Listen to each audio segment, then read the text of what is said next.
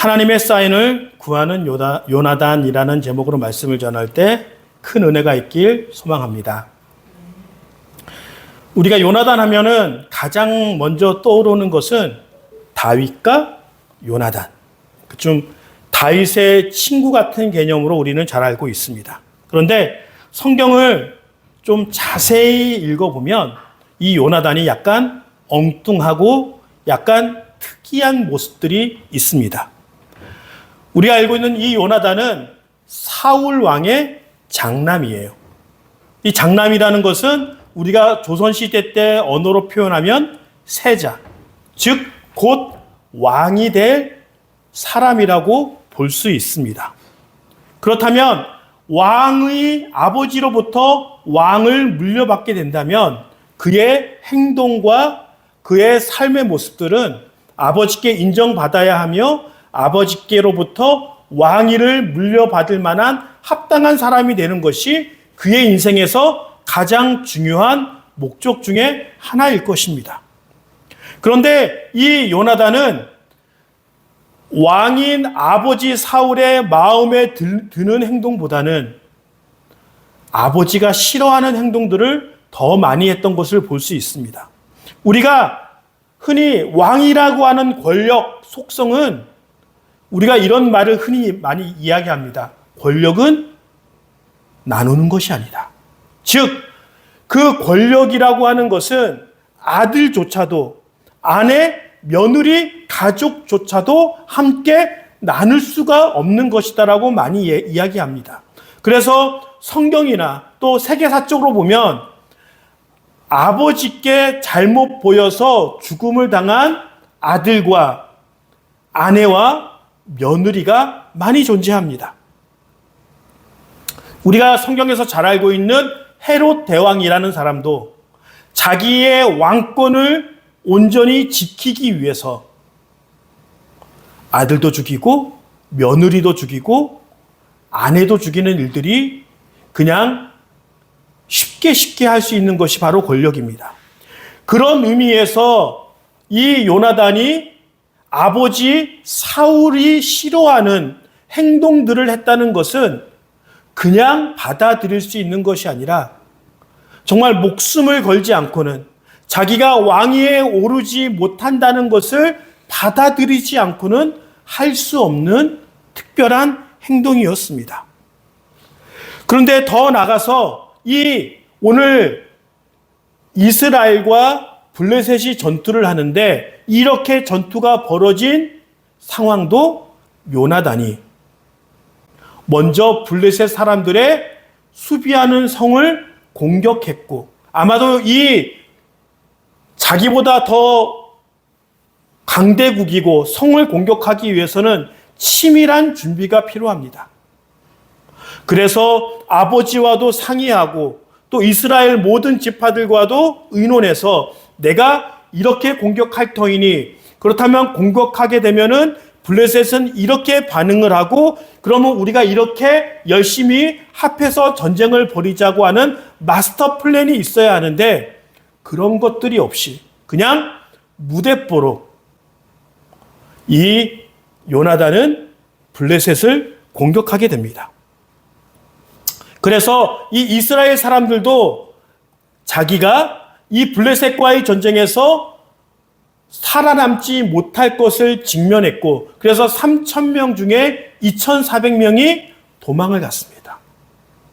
그리고 나머지 600명을 가지고 병거 3만 그리고 기병 6천 그리고 보병은 셀 수도 없을 만큼 많은 군인들과 모든 사람들이 다 도망간 상태에서 남은 600명을 가지고 전쟁을 벌여야 합니다. 그리고 이렇게 블레셋과 이스라엘이 진을 치고 있었는데 이런 평야에서 진을 치게 되면은 언제라도 쉽게 블레셋이 병거와 기병을 가지고 공격해 올 수 있기 때문에 지리적인 특징을 살려서 골짜기가 있는 그런 곳에서 다른 골짜기에는 블레셋이, 다른 골짜기에는 이스라엘 사람들이 600명을 가지고 전쟁에 임하는 상황이 되었습니다. 보통 우리가 삼국지를 읽을 때 뭐 여포나 장비나 싸움 잘하는 사람이 그들 앞에 나가서 막 그 나라 상대편에 있는 군사들과 장군과 왕을 모욕하면서 나와 싸우자라고 그렇게 항호를 벌인다고 그러죠. 뭐 일기토를 원한다거나 그런 모습들이 바로 다윗과 골리앗의 전투처럼 뭔가 그 사이에는 계곡이 있어서 서로 접근하기가 어려운 상황에서 서로 전쟁에 임하는 모습들을 보여주고 있습니다. 그런데 이 요나단이 그의 종자, 그의 병사, 뭐 이렇게 보면은 뭐 시중을 두는 그런 사람과 이제 의논하기 시작합니다. 내가 저 블레셋 사람들에게 가서 공격하려고 하는데 저 멀리서 블레셋 사람들이 아이고 저렇게 2명밖에 안 오는데 내가 갈 터니까 너희는 그 자리에서 머물러 있어라 라고 그런 반응을 하면 이거는 하나님께서 우리에게 이 전쟁을 승리로 하도록 결정하지 않으셨구나. 그러면 싸움을 피하자라는 결론을 내렸고 또 이 블레셋 사람들이 저 2명밖에 안 오는 저 작은 수의 인원을 올라와 내가 올라와서 너희들과 싸워줄게라고 하고 반응을 하면 하나님이 이 블레셋 사람들을 우리 손에 붙여주셨구나. 그래서 그것을 사인으로 알고 블레셋과 전쟁하기 위해서 그 계단과 계곡을 올라가서 싸움을 벌이자고 하는 그런 계획을 세웠습니다. 그래서 14장 3절에 보면 요나단이 손과 발로 기어 올라갔고 그의 무기를 든 병사도 그 뒤를 따라 올라갔다. 즉 골짜기를 사이에 두고 그것을 기어서 올라가서 단 2명이 수많은 블레셋과의 전쟁에 참여하기 위하여 그렇게 올라간 것을 볼 수 있습니다. 그런데 이 결정은 그렇게 쉽게 할 수 있는 결정이 아니에요. 우리가 흔히 아는 전력과 무기와 그런 것을 다 떠나서 이 전쟁이 벌어지기 바로 직전에 어떤 사건이 있었냐면 사무엘이 사울을 찾아와서 먼저 번제를 드리는 걸 보고 하나님이 사울을 버리셨다 라고 하는 그 선포를 했기 때문에 이스라엘 사람들이 그 전쟁에서 하나님이 나와 함께 한다는 것 자체를 인식하고 그것을 믿음의 무기로 활용하지 못하는 그런 상황이었습니다. 하나님이 우리를 버리셨고 하나님의 영광이 우리 군대에서 떠났구나 라고 하는 그 생각에 사로잡혀 있었을 때 이 요나단은 그런 상황임에도 불구하고 하나님의 뜻을 찾고 하나님의 사인을 구하며 전쟁터로 그렇게 혼자 나가고 있는 것을 볼 수 있습니다. 그런데 중요한 것은 보통 수비를 할 때 이런 말이 있어요. 공격하는 사람이 10,000명이면 수비하는 사람이 잘 수비만 하면 1,000명이 10분의 1만 되어도 수비를 할 수 있다라고 그렇게 얘기를 합니다. 그리고 지금 수많은 블레셋 사람들과의 그런 무기와 또 많은 군사력과 더 나아가 이스라엘은 600명을 가지고 전쟁을 하면은 공격을 해야 할까요? 수비를 해야 할까요? 수비를 해야 됩니다. 공격해서는 1대1로 싸워서는 도저히 블레셋을 이길 수 없어요. 그래서 아마도 이 사울은 그런 참모들과 어떻게 하면 이 600명을 가지고 이 전쟁에 승리할 수 있을까? 즉, 이 상황이라면 단 한 사람이라도 소중하고 아까운 상황입니다. 그런데 이 요나단은 사울에게 알리지 않았습니다. 오히려 사울이 저 블레셋 진영에서 뭔가 소란이 일어나고 전쟁이 일어나는 것을 통해서 우리 중에 누군가가 저기를 공격해 들어갔나? 우리 중에 없는 사람을 한번 찾아보아라 라고 얘기했을 때 비로소 요나단이 없어진 것을 깨닫고 그렇게 인식하게 됩니다. 어찌하였던 이 요나단은 인간적인 전투적인 계획과 완전히 틀어져 있고, 그리고 더 나아가서 하나님이 그들을 버린 상황에서도 어쩌면 그가 그렇게 무모하게 블레셋을 향하여 나아갔던 것은 아마도 추측해보건대 내가 무모하게 블레셋을 공격했기 때문에 이 전쟁이 일어났고, 그리고 이 전쟁을 그래도 내가 목숨을 걸고라도 한번 막아보고 싶어하는 그런 마음으로 일명 계획 없이, 일명 무대뽀로 블레셋과 그렇게 올라가서 싸움을 걸지 않았나라고 추측해 볼 수 있습니다. 우리는 뭔가 확실하거나 뭔가 결정할 때 하나님의 뜻이 어디에 있는지, 하나님께서 우리에게 원하는 것이 무엇인지 그것을 찾고자 노력합니다. 그래서 기도하고 말씀 읽고 열심히 최선을 다해 노력합니다. 제가 2005년도 제주 열방대학에서 DTS를 하고 있었을 때 이제 국내에서 한 3달 정도를 이제 강의를 듣고 이제 한 2달 정도를 해외에 나가서 전도를 하고 선교를 해야 되는 그런 프로그램이 있었습니다. 그래서 그 나라를 선택해야 돼요. 그래서 저 카자흐스탄, 지금은 들어가지 못하지만 아프가니스탄, 티베트, 그리고 북한을 선교하기 위하여 북한 주변에 있는 중국에 있는 땅들과 또 국내에 들어와서 북한 탈북자들을 사역하는 그 4가지 모임이 있었어요.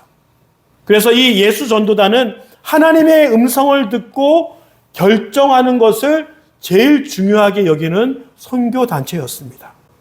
그래서 제가 하나님께 기도하면서 하나님, 저는 그 4가지 나라 중에서 어디로 가야 될까요? 라고 기도하면서 막 하나님의 뜻을 구했을 때, 하나님의 사인을 구했을 때 하나님께서 말씀하시는 거예요.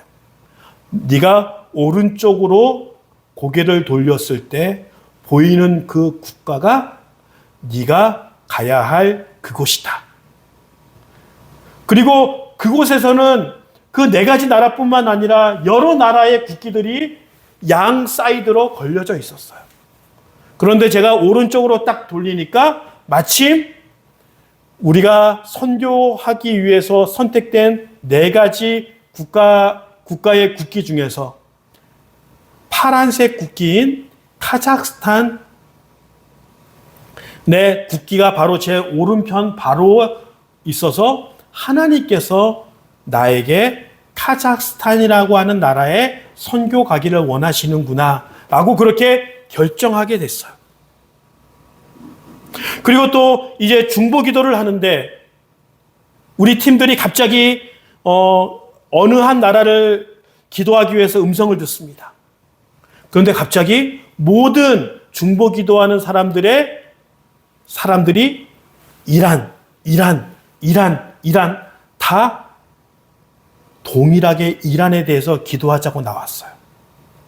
우리는 왜 이란에 대해서 기도를 하라고 하나님께서 그 마음을 주셨는지 알 수는 없었어요. 그런데 그 다음날 국민일보 신문을 보니까 이란이라고 하는 그 나라에 강경파의 대통령이 뽑혔다는 거예요. 그래서 하나님께서 우리에게 말씀하셔서 그 나라를 위해, 이란을 위해 기도하라고 하는 음성을 주셨다라고 그렇게 받아들였습니다. 근데 한번 생각해 봅시다. 내가 어디로 선교를 가야 되는지 오른쪽을 향해 바라보는 것이 그곳이다. 뭐 그런 믿음의 스토리를 얘기하면 이해할 수 있지만 그런 스토리 없이 오른쪽을 바라봤는데 그것이 있다. 이것은 어떻게 보면 되게 생뚱맞은 거예요.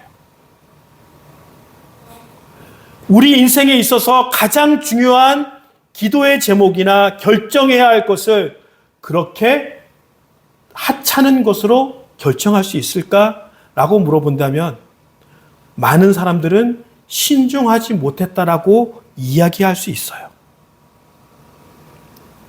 그런데 하나님께서는 그 어리석은 하찮아 보이는 그 결정을 가지고 하나님의 뜻을 찾고자 노력하는 그 노력과 정성과 그 마음을 받으신다는 거예요.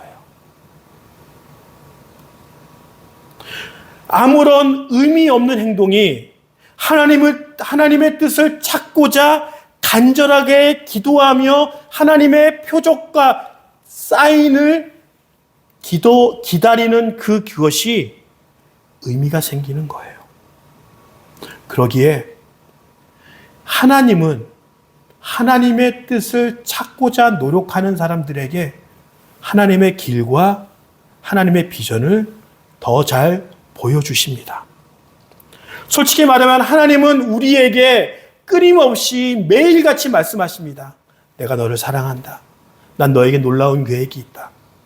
그렇지만 우리가 그 하나님의 뜻과 비전과 말씀을 잘 듣지 못합니다.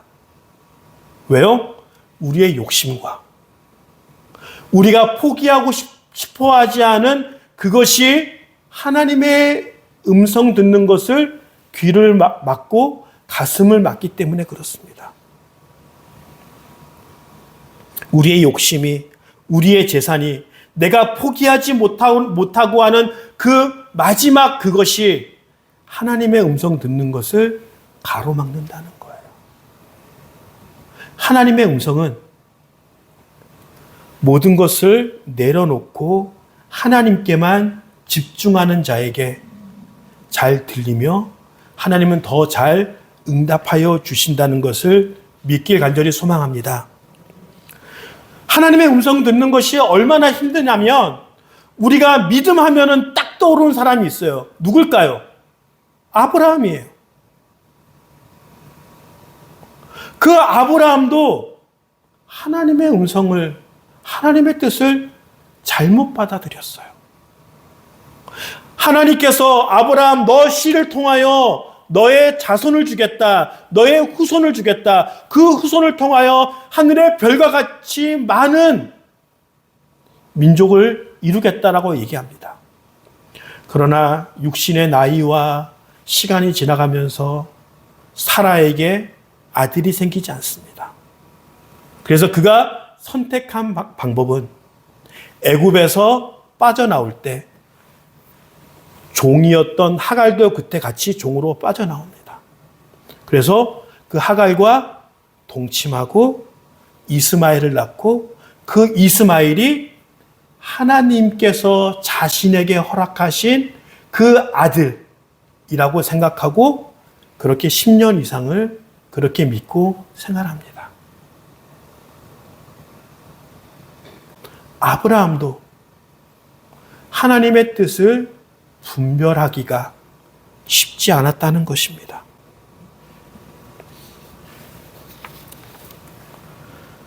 그러나 하나님께서 다시 한번 말씀하십니다. 이스마엘이 아니라 사라를 통해서 태어난 자녀가 너의 믿음의 자녀이다. 그렇다면 우리는 왜 그렇게 하나님의 뜻을 찾아야 할까요? 길을 쓰고 최선을 다해서 나의 모든 뇌세포와 가치관과 모든 것을 다 집중해서 하나님께 집중해야 할까요? 그것은 바로 하나님의 음성을 듣고 행하는 자의 유익이 있고 하나님께서 그것을 약속해 주셨기 때문에 음성을 들어야 한다는 것입니다.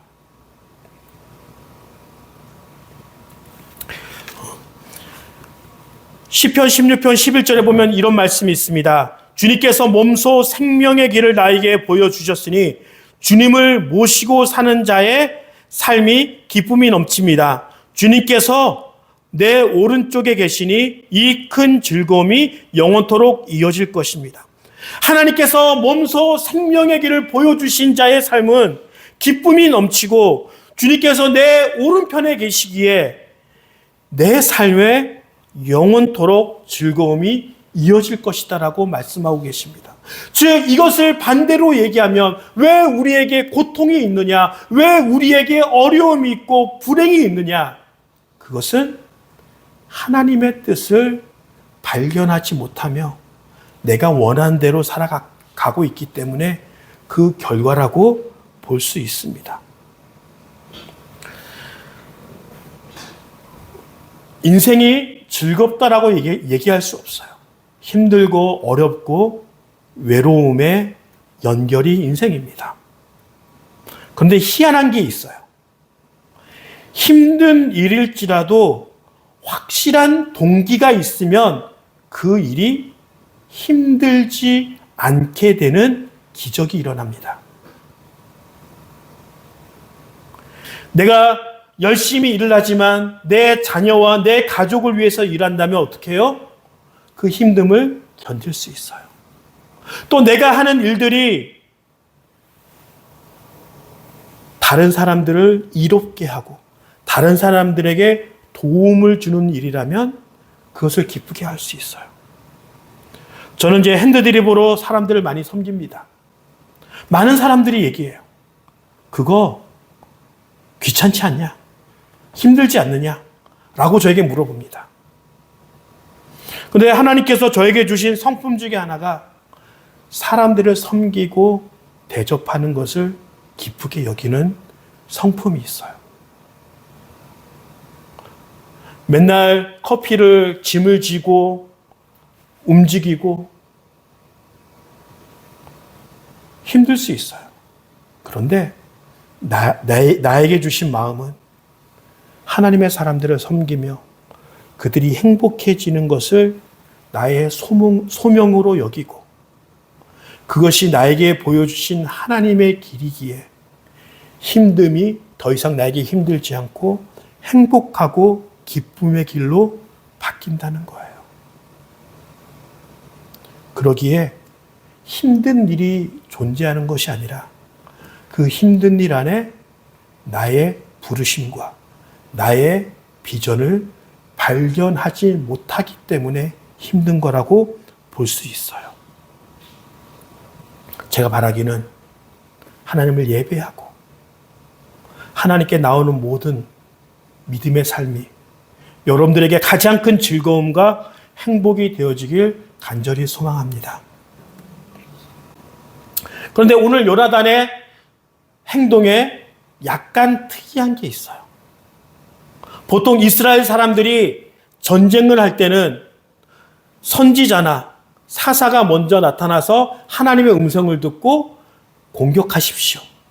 하나님이 적군을 우리 손에 붙이셨습니다라고 하는 응답을 먼저 받고 어떻게 해요?